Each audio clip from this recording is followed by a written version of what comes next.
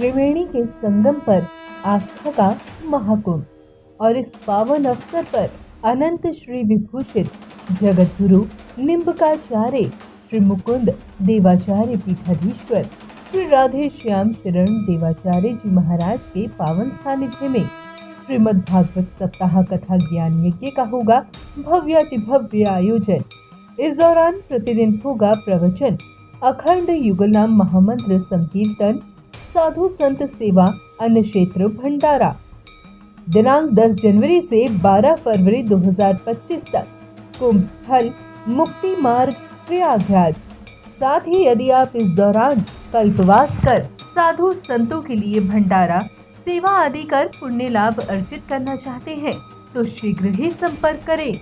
Note: आने वाले भक्त 1 महीना पूर्व रजिस्ट्रेशन अवश्य कराएं ताकि आपके रहने हेतु समुचित व्यवस्था की जा सके। अधिक जानकारी के लिए संपर्क करें।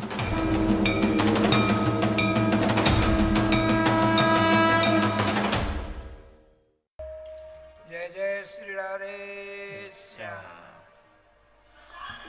राय श्याम जी, देखिए ठाकुर का क्या विधान हुआ। आत्मदेव जी सुख ढूंढ रहे हैं, सुख। तुंगभद्रा नाम है संसार का। उसमें उस तुंगभद्रा नाम के संसार में एक पत्तन नाम का नगर है। पतन पतति इति पतनम, वृक्षात फलानी पतंती, पेड़ से फल गिरते हैं। ये शरीर रूपी पतन नाम का नगर है। एक न एक दिन गिरेगा, गिरेगा नहीं गिरेगा। पतति पतनम इदम नगरम इदम शरीरम अयम देह। इसमें आत्मदेव नाम गुरामन थे। इसमें आत्मदेव है। आत्मा माने श्री कृष्ण।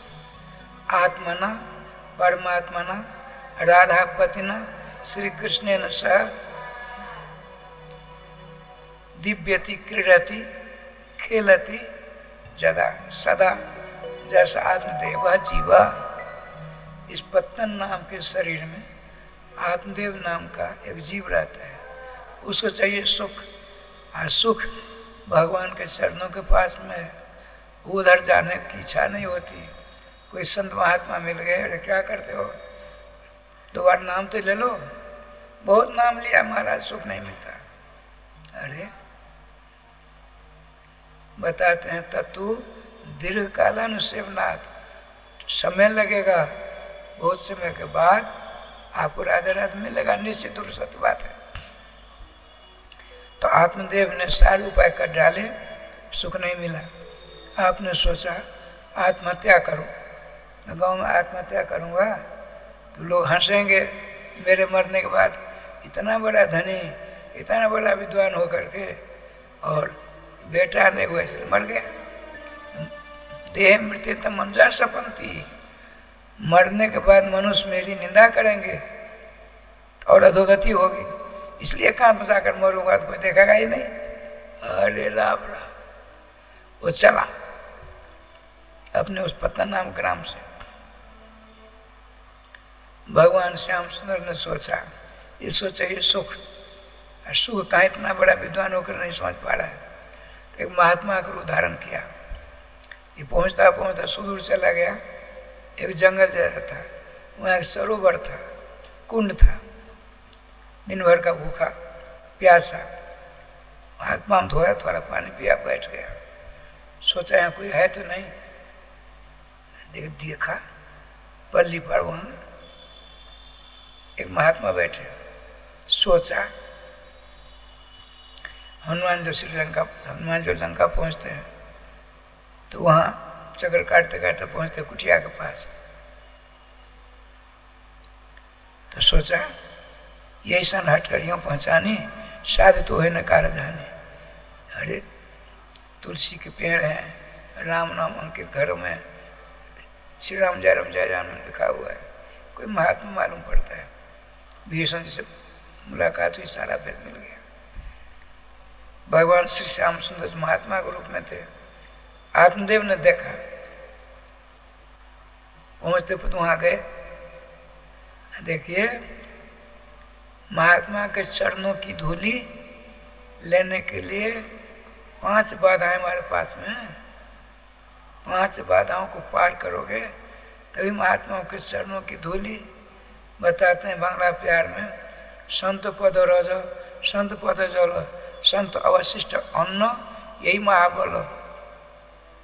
संतों के चरणों की धूली, संतों के चरणों का धुला हुआ चरणामृत, संतों का खाया हुआ झूठा अन्न, यही भक्ति मार्ग में सर्वश्रेष्ठ बल प्रदान करने वाले पदार्थ हैं। लेकिन हुआ क्या, तो 5 जो कांटे हमको नहीं झुकने देते। कौन कौन?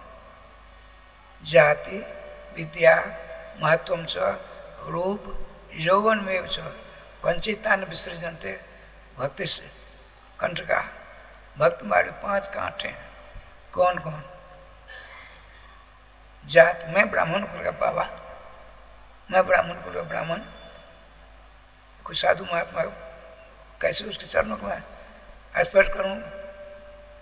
मेरी जाति मुझको मना करती है, तो कांटा हुआ कि नहीं? नहीं झुकने दो।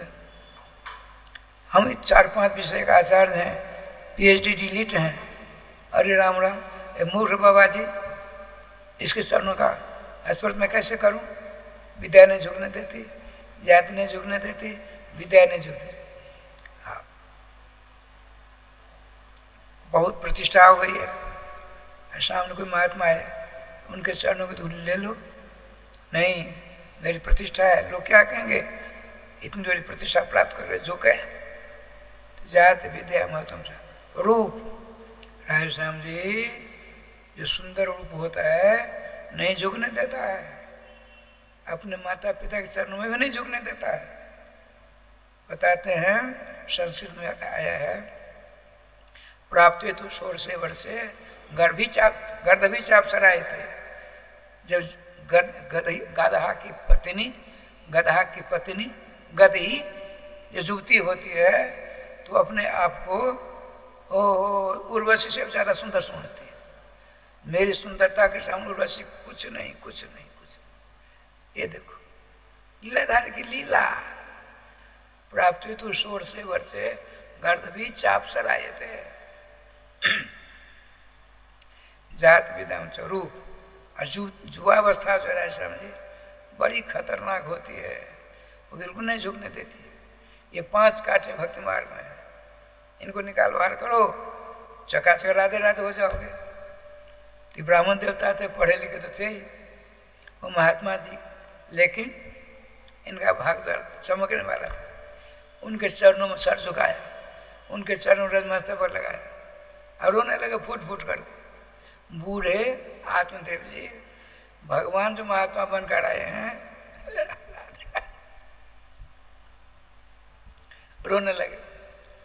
भगवान महात्मा साधु हृदय नव नीत समान, नवनीत समान, कहा कभी उन पर कहा न जाना।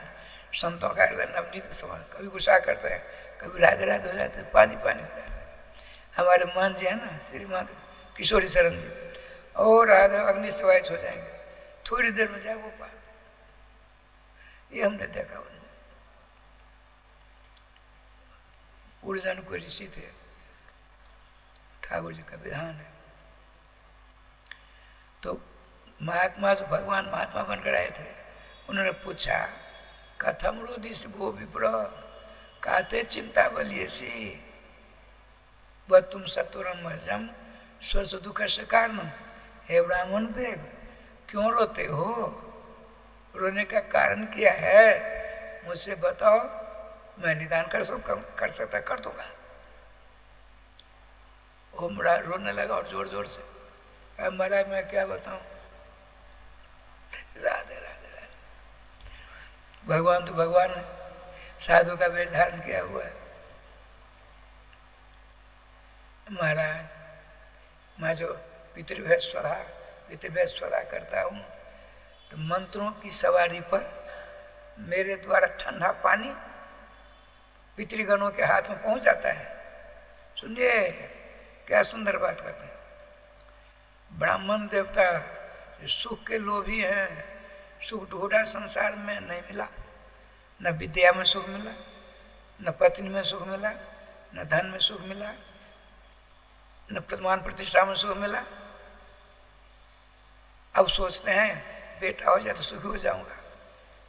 एक बात सुना देता हूँ, गांव का नाम नहीं लूंगा। उस गांव के एक आदमी यहाँ बैठे हैं, मास भर से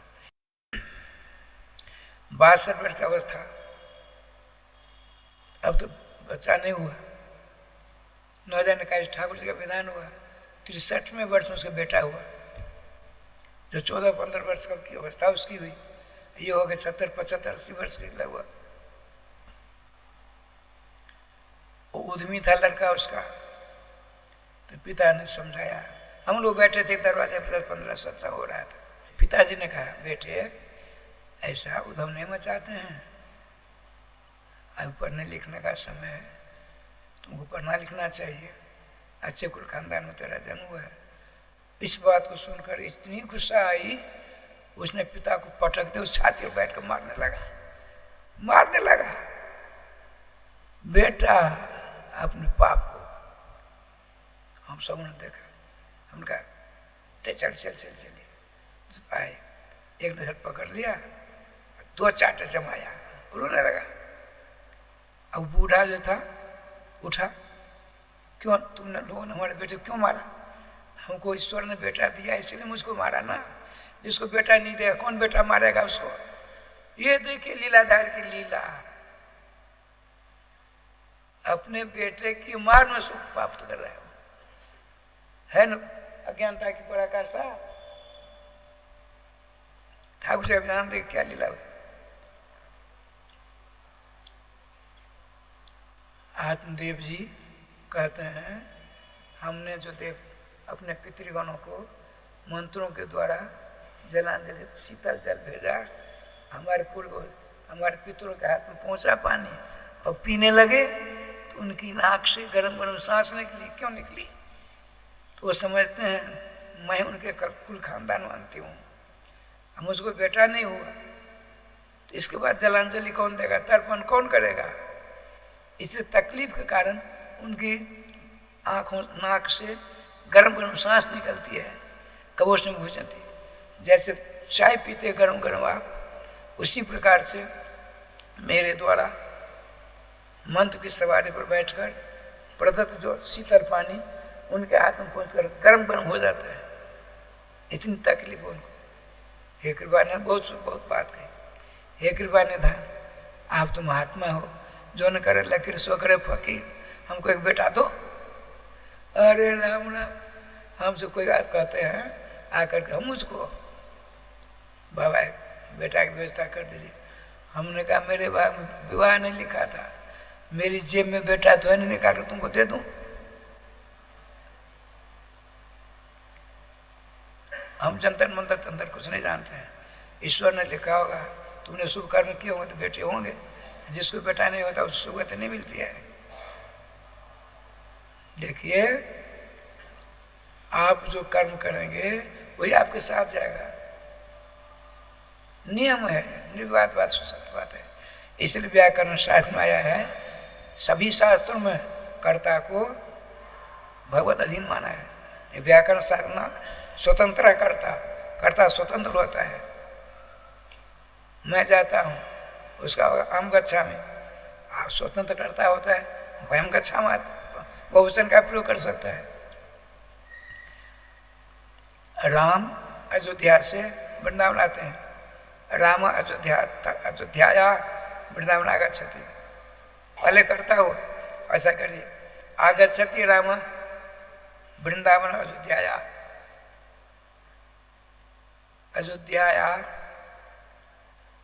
वृंदावन राम आगच्छति। किसी भी कर्ता स्वतंत्र होता है, अशुद्ध नहीं होगा। व्याकरण में आया, श्रीराधे महाभारत में आया है, एक शब्द समय क्या था, सुष्टु प्रयुक्त स्वर्ग लोक से काम दुख होती। राम गच्छति, रामो गच्छता, राम गच्छति, राम गच्छति। गुरु जी कहते हैं विद्यार्थी को शुद्ध शुद्ध उसका उच्चारण करो, समझो, शुद्ध प्रयोग करो। तो गुरुजी ऐसा करने में शरीर छूट गया तो ये शुद्ध एक शब्द ब्रह्म तुमको स्वर्ग ले जा करके नाना प्रकार सुविधा प्रदान कर देंगे। एक शब्द सम्यक क्या था, सुष्ठु प्रयोग था, स्वर्ग लोक से काम तो भवती। महाभाष्यकार पतंजलि जी महाराज कहते हैं, इधर आइए। श्रीमान भगवान ने कहा, देखो भैया, हमने अपने तपो विद्या से तुम्हारे भाला अक्षर पढ़ लिए। तुम एकदम क्या कहते हैं, सप्त जन्मावधि तब पुत्रो निप से निप, 7 जन्म तक तुमको बेटा नहीं होने वाला है। अब तो और कसर को पांव पकड़ लिया तो बढ़िया बाबा जी है, हमारे भविष्य की बात कर दिया। नहीं महाराज, ऐसा नहीं होगा, जो न करे लकीर सो करे फकीर।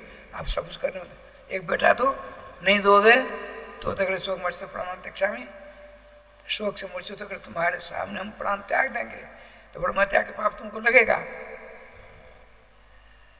बड़ा बाबा जी बने, महात्मा बने। भगवान ने कहा तुम कल मरना, आज मर जाओ, हमको कुछ नहीं मिलने वाला है। गीता में आया है, हत्वा पे लोकान नोहंती नहीं देते। जिसको किया ज्ञान है, मैं ये करता हूँ, मैंने ये किया, ये किया, ये किया। अहंकार भी उठात्मा करता है अपनी मत। अहंकार जिसको हो गया मैंने ऐसा किया, उसको पाप से पुण्य लिपायमान करते हैं। और जो अहंकार से जो करते कराने वाले भगवान है, हम कुछ नहीं। उसको सैकड़ों उसके द्वारा किसी की हत्या होती है, उसके पाप से वो राजन लिपायमान नहीं होता है कभी। भगवान ने कहा देखो भैया, हम तुमको पुत्र दे सकते हैं, कर्म के गति को बाध करके तुमको पुत्र दे सकते हैं, उसे तुम्हारा कल्याण नहीं होगा। चित्रकेतु बात कर, चित्रकेतु लड़का बच्चा नहीं उड़ा था, अंग्रेज के द्वारा पेटा हुआ, उसका शरीर छूटा, बड़ा लंबा चौड़ा हिसाब किताब है, बहुत बड़ा कष्ट मिला उनको। ये तो छोड़ो सब बात हो। नहीं महाराज, हमको तो आपको एक बेटा की व्यवस्था करनी पड़ेगी। भगवान तो भगवान होता है। उनके पास में झोला था, उसमें से एक सेव एक फल निकाल दिया, ये लो, ये फल लो, ये फल ले जाओ, देखो अपनी पत्नी को खिला देना।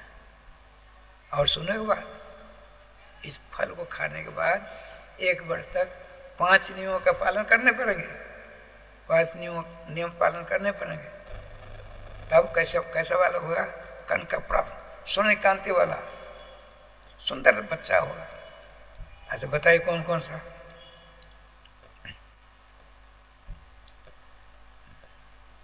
इसको एक बार रोज देखिए, सत्यम, शौचम, दया, दानम, एक भक्तम से भोजन।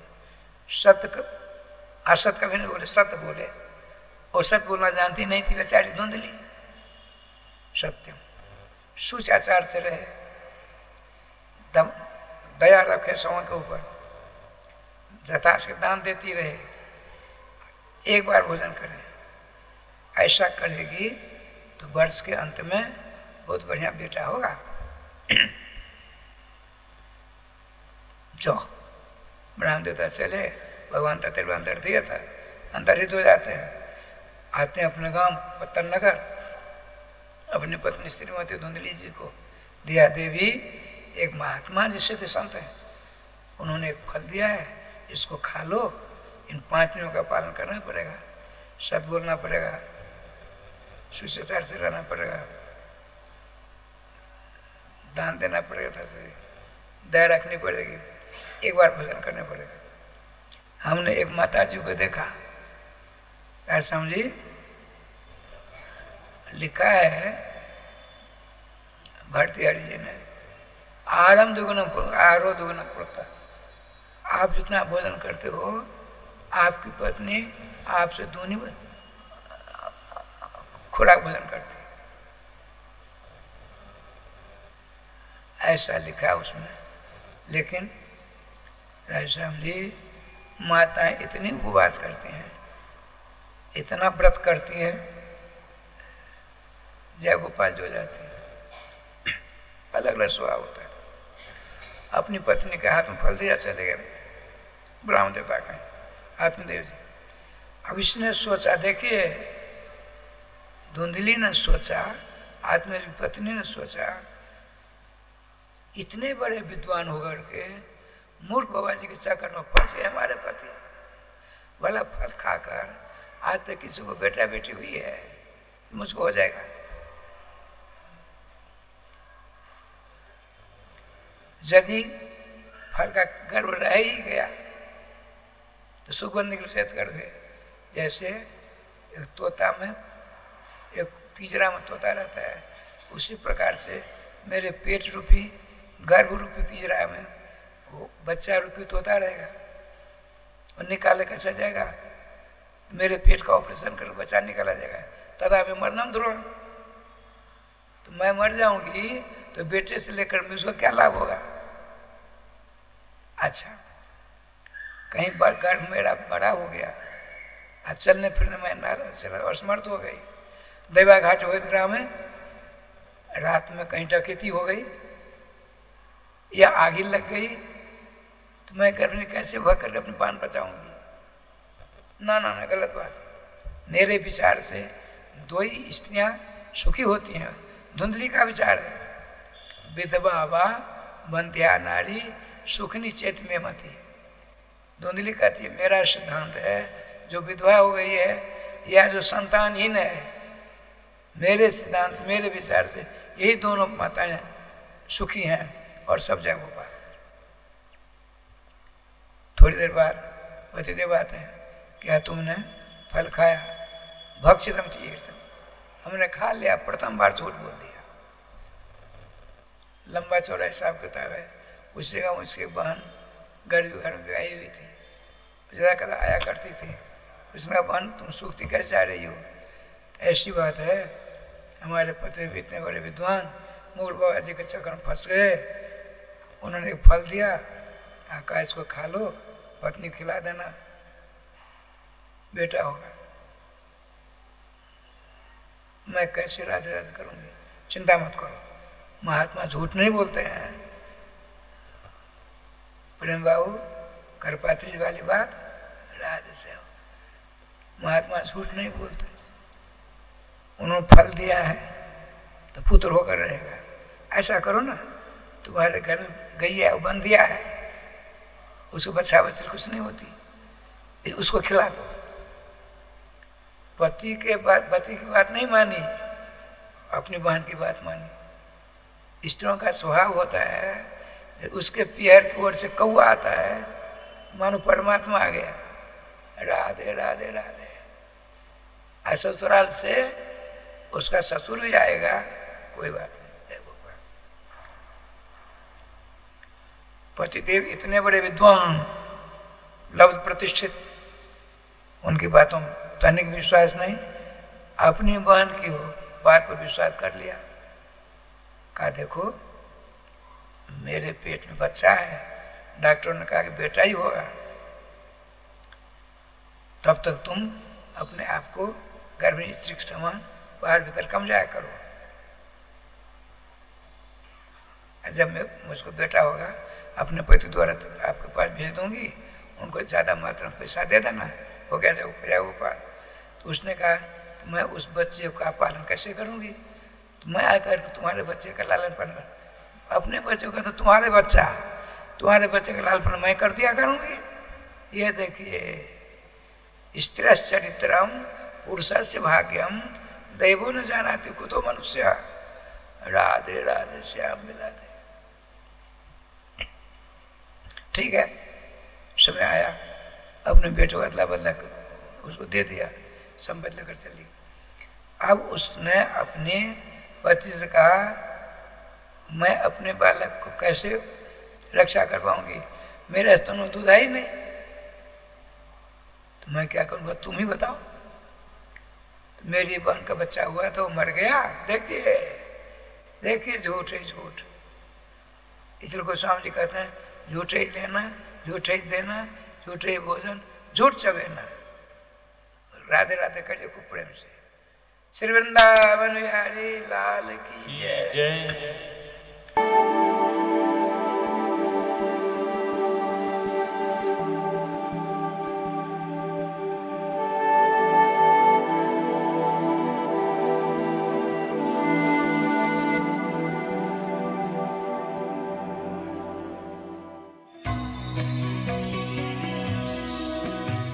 परम पावन श्री वृंदावन धाम की भूमि पर परम पूज्य सदगुरु देव भगवान द्वाराचार्य जगत गुरु निम्बारकाचार्य श्री मुकुंद देवाचार्य पीठाधीश्वर श्री राधेश्याम शरण देवाचार्य जी महाराज के मार्गदर्शन में विश्व प्रसिद्ध भगवान श्री कृष्ण की नगरी श्री धाम वृंदावन परिक्रमा मार्ग मिथिला कुंज आश्रम में निरंतर 24 घंटे अखंड श्री युगल नाम महामंत्र संकीर्तन 30 वर्षों से चल रहा है और अखंड अहर्निश 24 घंटे सदा श्री धाम वृंदावन में मिथिला कुंज में चलता रहेगा।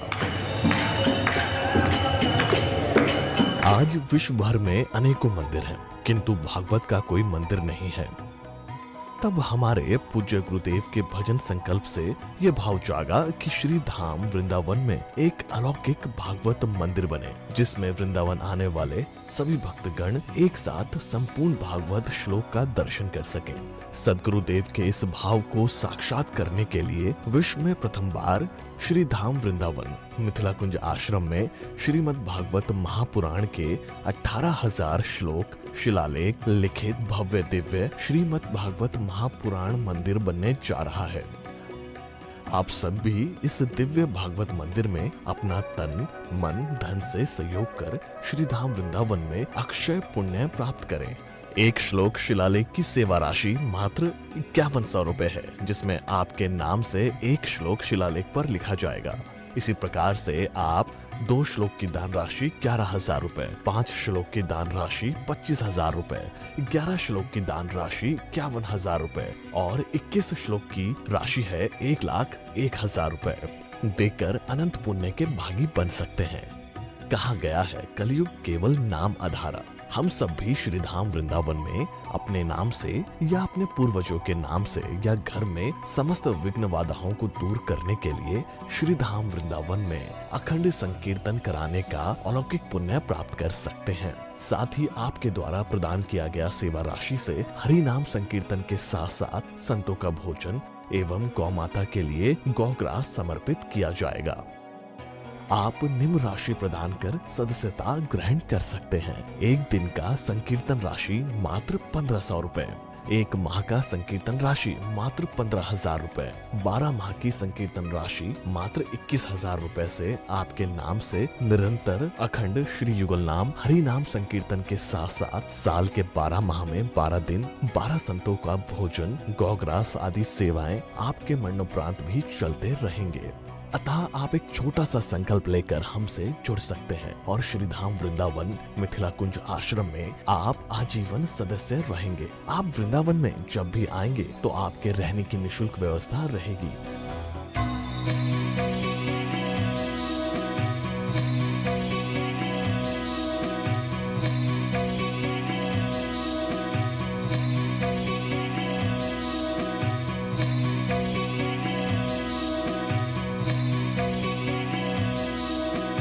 ये संस्था 80G के अंतर्गत कर मुक्त है, जिसके द्वारा आप अपने दान पर टैक्स की छूट प्राप्त कर सकते हैं। आपके दान राशि की रसीद आपको बाय पोस्ट संस्था द्वारा भेजी जाएगी। साथ में आपको संस्था का प्रमाण पत्र भी दिया जाएगा। आइए हम सब मिलकर इस दिव्य भागवत मंदिर में अपना तन मन धन से सहयोग कर श्री धाम वृंदावन में एक अलौकिक भागवत श्लोक मंदिर का निर्माण करें। अधिक जानकारी के लिए संपर्क करें और मिथिला कुंज आश्रम से जुड़ने के लिए फेसबुक, यूट्यूब और इंस्टाग्राम मिथिला कुंज ऑफिशियल पेज को फॉलो करें।